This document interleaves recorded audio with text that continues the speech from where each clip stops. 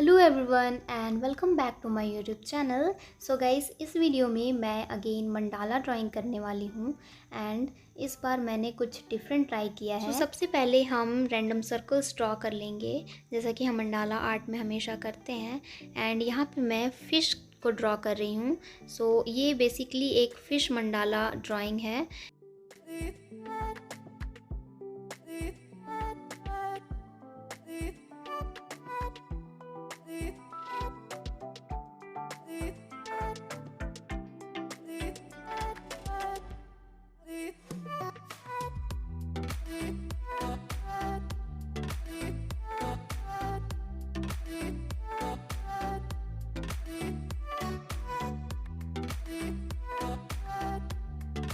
सो मैंने fish drawing तो कर लिया है एंड अब मैं इसको पेन की हेल्प से फिर से इसकी आउटलाइन ड्रॉ कर लूँगी।